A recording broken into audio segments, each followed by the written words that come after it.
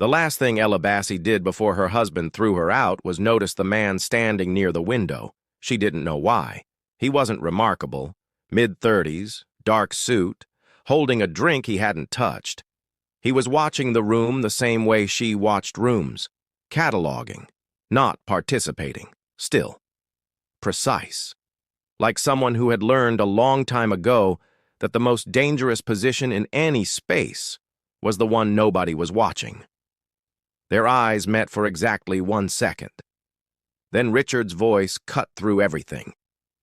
You were tolerable until I realized you're just plain. The room inhaled sharply. 60, maybe 70 people. Korean business executives, expat finance professionals, women in gowns that cost more than some salaries, and not one of them moved. They just watched. Because this was the kind of moment people talked about for years, and everyone in that room understood exactly what it was. Ella turned back to her husband slowly. Richard Williams was a man who understood the power of an audience. He was standing slightly angled away from her, facing the room more than he was facing her, and that told Ella everything she needed to know about what this moment actually was. It wasn't a fight. It wasn't even a confrontation. It was a performance, and she was the prop. You've embarrassed me for the last time, he said, his voice measured now, quieter, which somehow made it worse. Standing next to you at these events, do you even hear yourself when you speak? Do you see what you look like beside Lillian? Lillian Coker stood 3 feet away in a black dress that fit like a statement. Oh, she had the grace to look down at her shoes, but she didn't move away. Richard? Ella's voice was even. Don't. He held up one hand. Don't do that thing where you speak quietly like you're the reasonable one. I am done being reasonable. I have been carrying this, carrying you, through every room I need to succeed in, and I am finished. You are not an asset to my life. You never were. Someone near the back of the room made a small sound. A woman. It might have been pity. Ella didn't look for who it was. She looked at Richard. Really looked at him. The way you look at something you've already decided to leave behind. She took in the set of his shoulders, the careful angle of his jaw, the way his eyes kept flicking to the room to measure his audience's reaction. He wasn't angry. He was performing anger. There was a difference. And she had learned it a long time ago. We're done, he said. Find somewhere else to stay. I want you out by Friday. And then, because he needed the room to remember this the way he'd constructed it, he straightened his jacket, turned away from her, and walked toward Lillian. Ella stood alone. She picked up her clutch from the table. She walked toward the east corridor, 12 steps, the exit she had identified when they arrived, and she pushed through the door without looking back. Not because she had nothing to say, but because she had already seen everything she needed to see, including the man near the window, who had watched the entire thing without blinking once, and who, by the time she reached the corridor, was no longer there. Stay with me. Because the man by the window did not leave that room. He had been looking for her for 4 years, and tonight he finally knew where to look. If you're new here, subscribe and stay close. This story is only just starting to move. The woman who took Ella in was named Abena Asante, and she operated on a simple principle. You don't ask questions when someone arrives at your door with one bag and steady eyes. Abena was Ella's colleague at the African Union Trade Liaison Office in Seoul. The kind of woman who laughed loudly, worked precisely, and kept her personal life in neat separate compartments from everything else. She opened the door, looked at the bag, looked at Ella's face, and said, "The guest room is made up. Come and eat." Her apartment was warm and slightly chaotic in the way that homes with children always are. Drawings on the refrigerator, small shoes by the door, a half-finished puzzle on the coffee table. Abena's niece, Zara, had been living with her for 8 months, since Abena's younger sister relocated to London for a postgraduate program and needed somewhere safe and known for her daughter while she settled. Zara was 6 years old.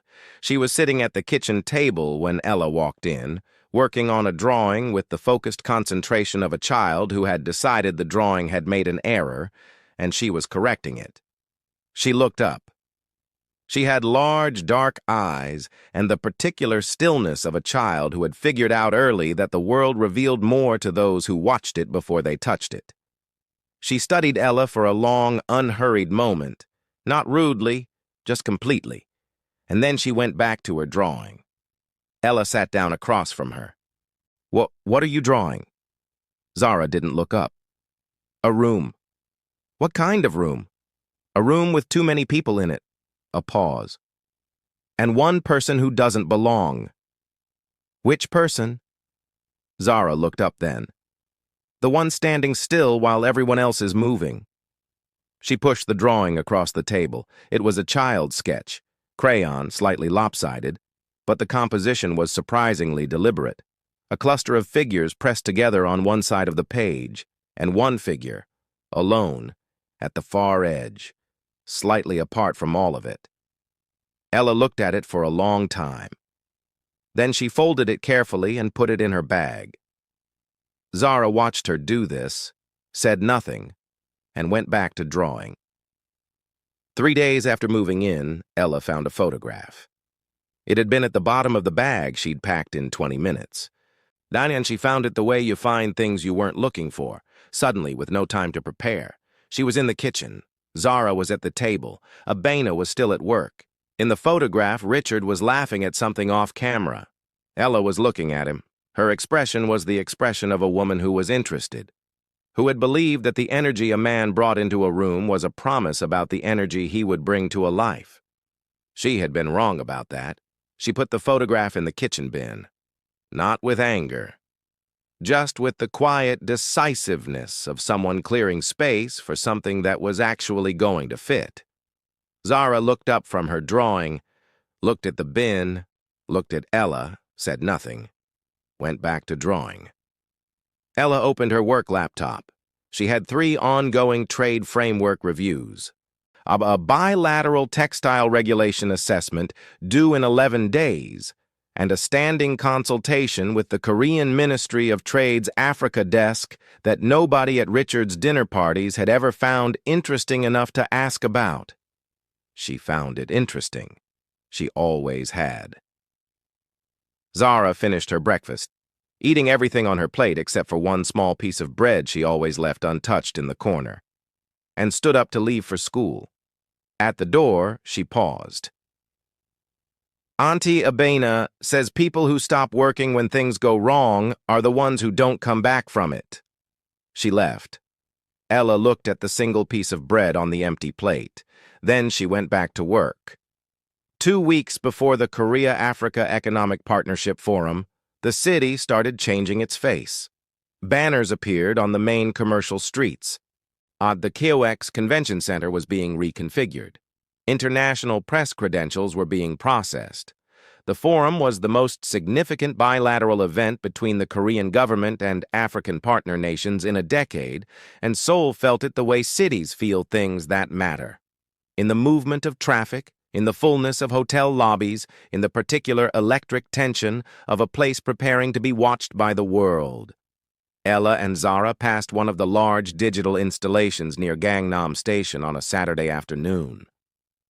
Kang Joon-ho's image appeared on the screen. Zara stopped walking. The image was a formal portrait. Dark suit, minimal background. He was looking slightly off camera, not performing for the lens, just looking at something only he could see. His expression gave nothing away, but it wasn't blank. Best it was the expression of someone who had learned to keep things very far inside and had been doing it for a long time. Zara looked at the image with the concentrated attention she gave to things she was trying to understand. "He looks lonely," she said. Ella's hand tightened slightly on the bag she was carrying. "Like someone left something with him," Zara continued, still looking up. and never came back to get it. The crowd moved around them. A delivery motorbike navigated the crossing. Two women walked past, laughing. Ella looked up at the image. She had seen that expression before. She turned the memory over, trying to locate it, and couldn't quite reach it. It kept sliding sideways the way memories do when you approach them too directly. She realized she had stopped walking.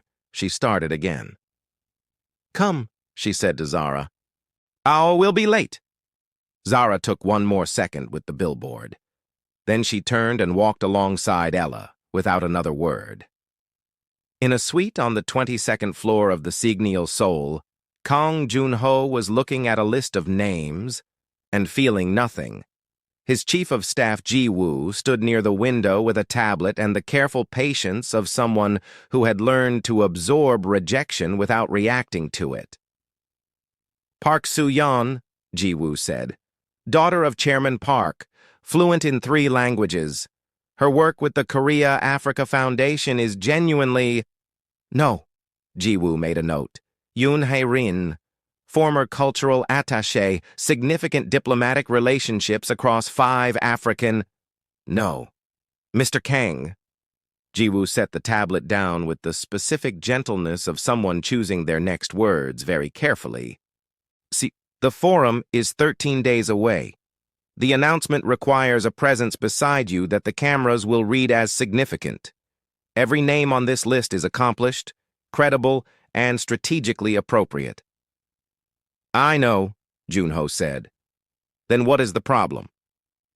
A long pause. "None of them are her."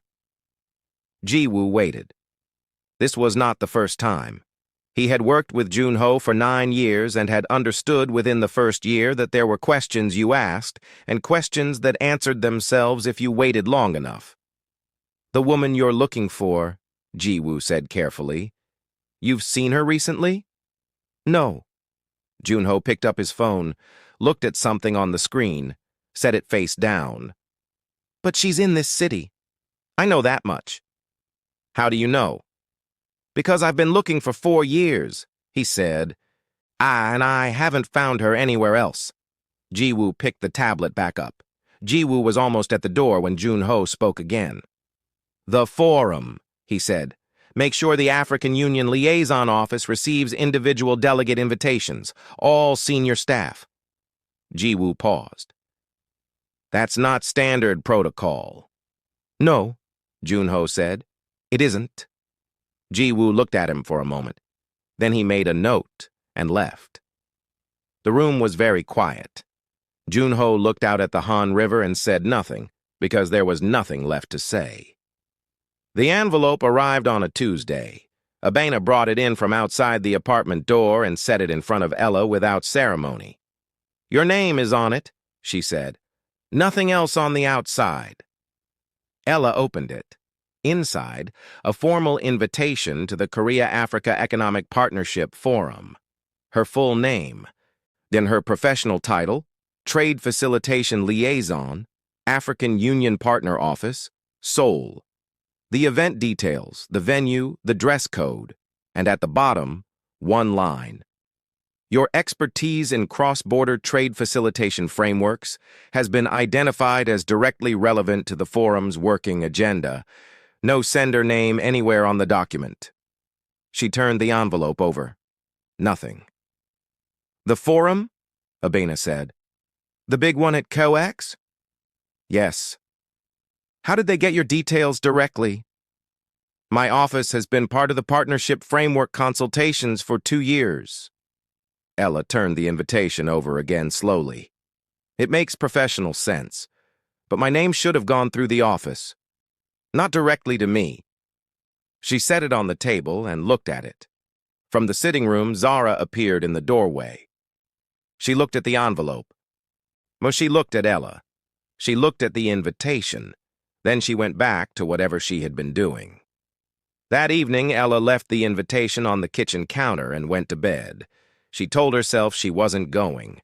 Her life had just come apart at a visible seam in a room full of professional witnesses. and the last thing she needed was another high-profile Seoul event where those same witnesses could watch her try to hold herself together. She was fine. She was working.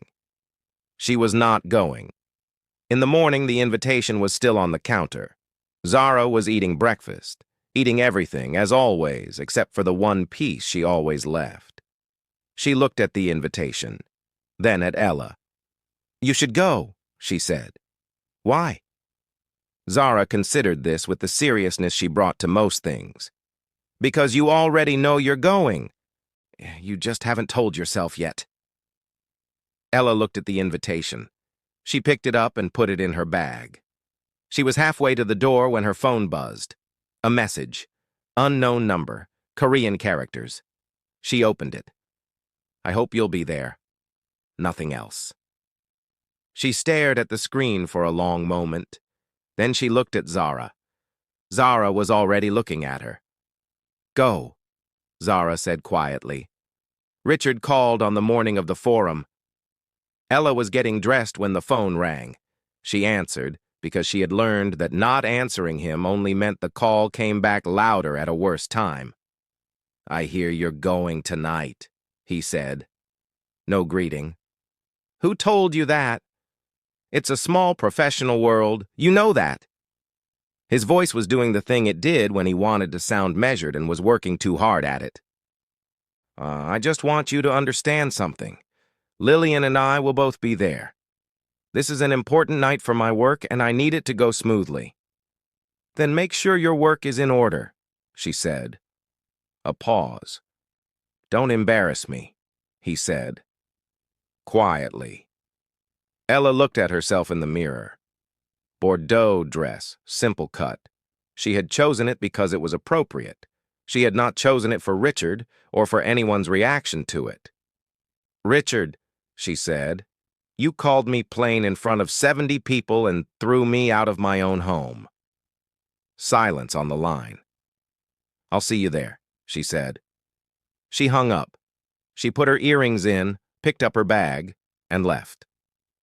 The COEX Convention Center had been transformed. The main forum hall had the weight of an event that knew it mattered. High ceilings, precision lighting, the flags of 32 nations along the back wall, cameras at every significant angle, journalists with lanyards clustered near the perimeter.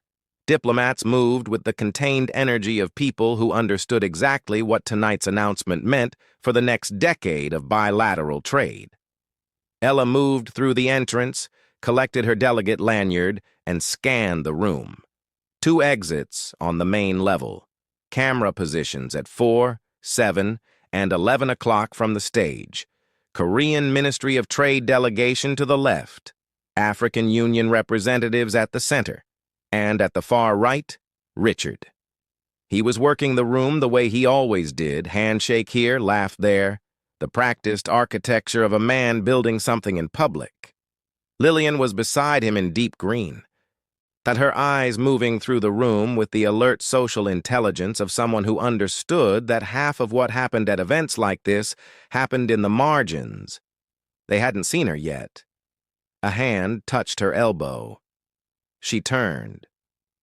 Minister Kwon, director of the Korean Ministry of Trade's Africa desk.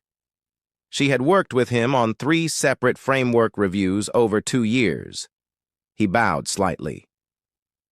"Ms. Bassey, I'm glad you came. Your assessment on the textile regulation clause was exactly what the working group needed. It changed the final language." "I'm glad it was useful," she said. "More than useful." He held her gaze. "You'll find that several people in this room tonight know your work, even if they haven't said so until now." He excused himself and moved away. Ella stood still for a moment. Then Richard found her. He came with Lillian 1 step behind him, his voice carrying the warm public register he used when there were people within earshot and impressions to manage. "Ella," he smiled, "I didn't think you'd actually come." "You called to tell me you'd be here," she said. "Did you think that was going to change my mind?" Something shifted in his jaw. Lillian looked at Ella with a rapid assessment that was almost professional in its speed. Then she smiled. The specific smile of a woman who had decided graciousness was the more powerful position. "You look lovely," Lillian said. "Thank you," Ella said simply. Richard's eyes moved over her with the unsettled look of a man trying to locate a problem he couldn't name. Then they moved to Zara, who was standing beside Ella, holding her hand, and looking at him with the calm, unimpressed attention of a child who had already made her decision about someone. "You still don't know where you belong," Richard said. His voice dropped, precisely low enough to reach the people nearest them without reaching the cameras. "Look at this room. These people. This is not your world, Ella." Ella looked at the room. Then she looked back at him. "Minister Kwan stopped me on the way in," she said. "He wanted to discuss the textile regulation clause. Apparently, it changed the final language of the framework." She paused just long enough. "How is your evening going?" The silence that followed was short and complete. Lillian's expression shifted by a fraction, something recalibrating behind her eyes. Richard's voice dropped further. "Your contract with the AU office is up for renewal in 3 months," he said. "I've been talking to people. The right people. You should think carefully about tonight." Ella looked at him. She understood immediately what he was telling her. He had been building this for weeks. The dinner party had not been entirely spontaneous. None of it had been. "Thank you for telling me," she said. "That's all you have to say?" "Yes," she said. "It's all that's needed." And then the atmosphere changed. Not a sound, not a movement, just a shift, the kind that happens when something with real weight enters a space. She had felt it before in rooms that mattered. She looked toward the main entrance. Kang Joon-ho walked in. 2 aides flanked him, neither speaking. He moved through the entrance without performing it. No pausing for cameras, no working the room from the door. Just arriving, which in a space like this was more commanding than any entrance she had ever watched a powerful man make. The cameras turned. Conversations dropped half a register. The room reorganized around him the way water reorganizes around a stone. Quietly, completely, all at once. Ella watched him, and then Zara, standing slightly to her left, reached out and took her hand. Not urgently, firmly. "That's him," Zara said quietly. Ella went still. Not frozen. Still. Like someone who had just heard a word in a language they had almost forgotten they knew. If this story is doing something to you right now, drop a comment. Tell me what you're feeling. And if you haven't liked this video yet, right now is the time. Nobody moved. Joon-ho was moving through the room, past the delegation heads, past the cameras, past Lillian. I passed Richard, past every name on every list his team had compiled. And he was moving on a line that didn't correspond to any of the obvious social paths of the evening. He came to a stop in front of her. He was taller than the billboard had suggested. His eyes were dark and very focused, and he was looking at her the way you look at something you have been carrying the image of for a very long time. Not with hunger, not with performance, but with the specific stillness of a man who has finally stopped moving and arrived. The cameras were turning. She could feel it in the room. That electric reorientation, every lens and every eye finding the same point. Richard made a small sound beside her. She didn't look at him. Joon-ho looked at her. Only at her. "I finally found you." The room went quiet. Not the polite quiet of a crowd waiting for a speech. The absolute quiet of people who have witnessed something they did not expect and cannot yet explain. Then, for the room, for the cameras, for every journalist and diplomat and executive who would watch this moment replay across 2 continents in the morning. From today, She stands with me. Ella turned and looked at Richard once, not with triumph, not with anything that cost her much. Then she turned back. The room fractured. Cameras swung. A journalist near the back spoke rapidly into a recorder. Ji-woo, standing at the edge of the room, had gone completely still with the expression of a man watching something he had spent 9 years understanding was possible finally arrive. Richard's voice came from somewhere behind her, unraveling at the edges. "What is this? What did you do? How do you know him?" She turned. His face had come apart. The careful architecture of charm and calculation he maintained in professional rooms had collapsed in real time, and underneath it was something raw and cornered and confused. He was looking at her the way a man looks at someone when he realizes, too late, that he fundamentally misread who they were. "What did you do?" he said again. Quieter. Almost a real question. "Nothing," Ella said. She let the word sit in the space between them. "That's the difference between us." She walked back toward Joon-ho without looking back. Across the room she saw it happen, the moment the evening turned completely. The senior representative from the Korean finance group Richard had spent 6 months cultivating moved directly toward her. He bowed slightly, and he called her by her professional title. He requested a working consultation for the framework implementation phase. The handshake Richard had been working toward all evening went somewhere else entirely. Lillian saw it happen. She recalibrated instantly, the small, controlled movement of a woman who understood exactly what had just shifted and was already thinking 3 steps ahead. Richard was not thinking 3 steps ahead.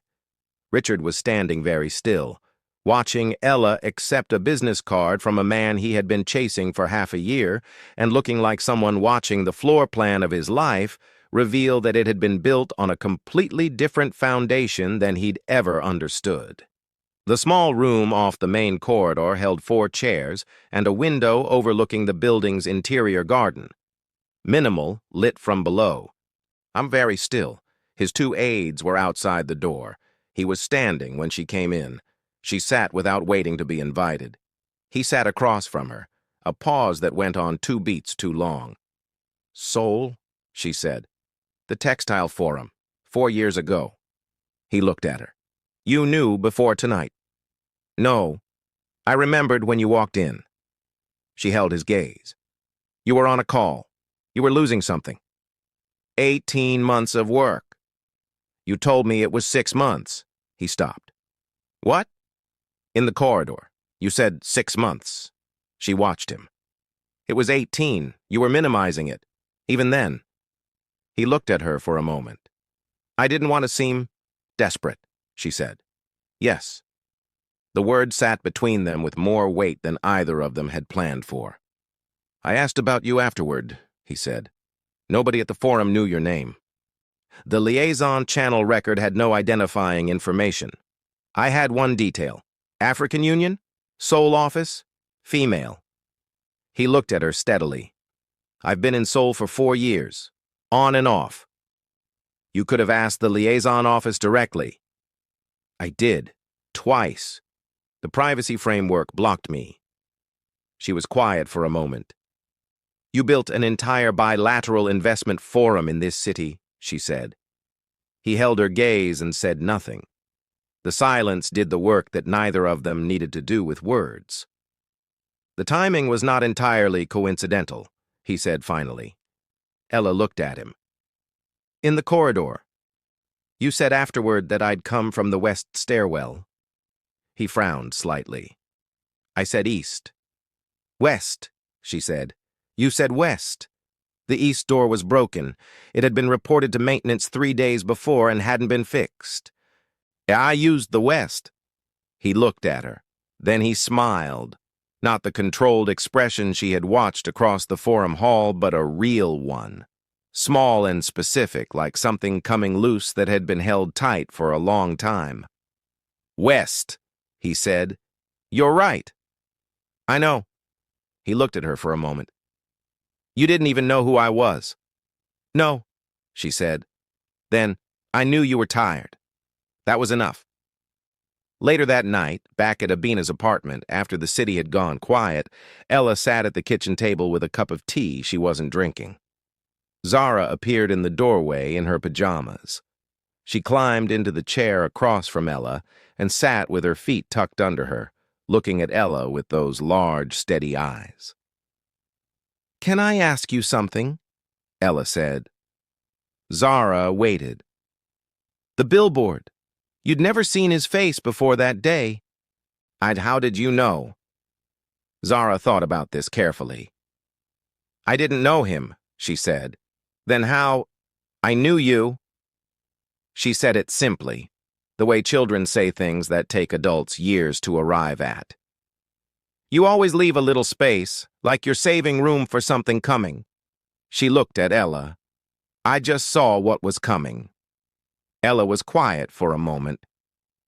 "And at the event," she said, "when you took my hand." "He looked like you," Zara said. "Not on the outside, but the space around him. Like he was also saving room." She unfolded her legs and slid off the chair. "That's why I knew." She patted toward the door. "Zara," Ella said. The child stopped. "Why do you always leave one piece of food on your plate?" Zara looked back at her, a small pause. "So there's always something left," she said, in case someone else needs it." She went back to bed. Ella sat at the table for a long time. She thought about a corridor, a broken door on the west side, a man who had been holding something carefully for 4 years because he didn't know where to put it down. She thought about space, about the specific faith of people who leave room for something they cannot name yet. She had always thought that was just how she was built. It had never occurred to her that someone else might be built the same way, and that he might have been looking for her. She turned off the kitchen light. Outside, Seoul was doing what it always did. Moving, layered, brilliant, indifferent. She was not indifferent anymore. If this story stayed with you, leave a comment right now. Tell me, did you see that ending coming? Or did it catch you off guard? And if you've been watching without subscribing, this is your sign. There are more stories on this channel that will do exactly what this one just did, and none of them will let you go easily. Like this video if Ella deserved every single second of that room. We'll see you in the next one.